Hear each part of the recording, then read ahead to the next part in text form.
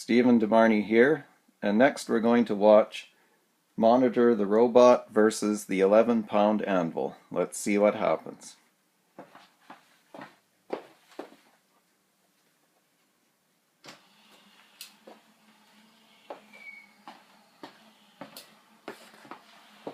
Well, that was a near miss.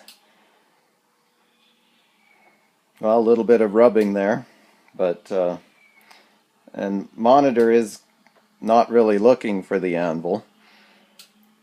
All he's looking for is the side of the ring. But we'll see if he finds the anvil eventually. Yep, looks like this time he might be finding the anvil. Yep, closing in. Still closing in. What's going to happen? Oh, contact. Oh, now he's going straight.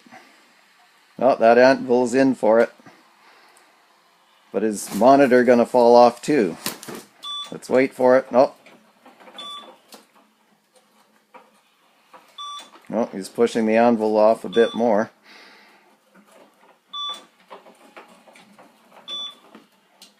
Oh, the anvil's causing him a little bit of trouble there. But his brain is telling him, don't go over the edge.